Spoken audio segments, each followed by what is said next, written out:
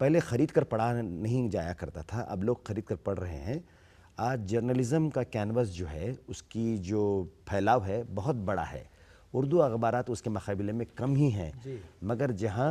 نئے خیالات، نئے بصیرت لے کر لوگ آئیں گے، نوجوان آئیں گے، تو ظاہر ہے کہ اردو صحافت پائیدار بھی رہے گی، مستحکم بھی، اور اس کا مستقبل بھی روشن ہوگا۔ اچھا دیکھیے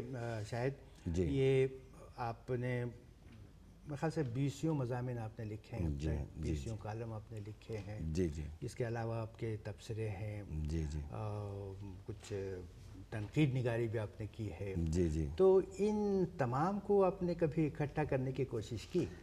دیکھیے میں ایک حد تک تھوڑا ذرا بے نیاز ہوا کہ جی وہی بتا چاہ رہا تھا، کیونکہ آپ تک آپ کو 2-4 کتابیں تو آ جانی چاہیے تھی اس اعتبار سے۔ کافی تاخیر ہو گئی ہے، اور میں یہ چاہتا ہوں کہ اس کی تلافی جلد ہو جائے، اور میرا کالم جو عکس در عکس اخبار میں شائع ہو رہا ہے سالار میں، تقریباً اس کی 100 قسطیں مکمل ہونے آ رہی ہیں،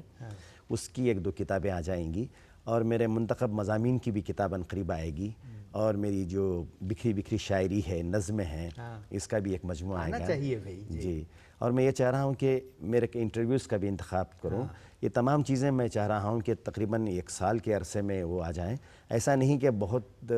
طویل خاموشی کے بعد ایک دم آواز گونج رہی ہے۔ نہیں، میں ایک مشورہ یہ بھی دینا چاہوں گا کہ آپ نے ریڈیو کے لیے بہت سارا کام کیا ہے، آپ نے ایک میرے خیال سے اپنے 10-15 سال تو اس کے لیے وقف کیے ہیں ریڈیو کے لیے، جہاں تک میں جانتا ہوں۔ تو آپ نے بڑی خدمات انجام دی وہاں اردو زبان اور ادب کے فروغ کے لیے، دوردرشن کے لیے بھی آپ نے بہت کام کیا۔ یہاں کے کچھ آپ کی ایکٹیویٹیز ہیں، آپ کی خدمات کو اگر آپ یہاں کی جمع کرنا چاہیں تو؟ جی، میں چاہتا ہوں کہ اس کے تعلق سے بھی جو کچھ میرے یادگار انٹرویوز رہے ہیں مختلف لوگوں کے، جی، اس کی میں نے چند جو خاص بہت اہمیت کے حامل رہے ہیں، جیسے کہ پروفیسر گوپی چاند نارنگ انٹرویو رہا ہے، کرناٹک میں اردو صحافت کے تعلق سے راز امتیاز، جناب ضیاء میر صاحب، علی حفیظ، ایسے دیگر شخصیات کے میں نے انٹرویوز کیے ہیں۔ ایسے انٹرویوز کو میں نے اس کی اسکرپٹ لکھ رکھی ہے، اور میں یہ بھی چاہتا ہوں کہ فن نظامت پر میری دانش میں آج تک کوئی کتاب میں نے دیکھی نہیں ہے۔ انگریزی میں کتابیں ہیں، کنڑ میں تک کتاب آئی ہے، میں چاہوں گا کہ بہت سے لوگ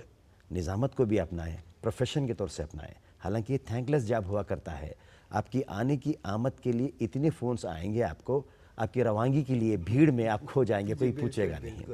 اور ویسے دیکھیں تو ہمارے شہر میں، ہمارے اسٹیٹ میں بالکل نظامت کرنے والوں کی بہت ہی فقدان ہے، یعنی صحیح طور پر جو نظامت کر سکے، ویسے ہر کوئی کر ہی لیتا ہے، مگر جس کو نظامت کو ایک فن سمجھ کر جو نظامت کرتے ہیں، اسے بہت کم لوگ ہیں۔ اچھا شاہد، چونکہ ہماری گفتگو دلچسپ ہوتی جا رہی ہے، مگر وقت کا تقاضا ہے کہ ہم اس کو روک دیں، لہٰذا میں کچھ اہم سوالات کی طرف آتا ہوں۔ سب سے بڑی اہم چیز یہ ہے کہ آپ کا جو کلیکشن، جی ہاں، یہ کافی لوگوں کو معلوم ہے کہ آپ قدیم اور نایاب چیزیں جمع کرنے میں بہت مشہور ہیں، ایسی کیا چیزیں ہیں آپ کے پاس؟ مجھے ہمیشہ سے یادگار چیزیں جمع کرنے کا، پھر اسے استفادہ حاصل کرنے کا، آسودگی حاصل کرنے کا شوق رہا ہے۔ میرے پاس پرانے اخبارات جو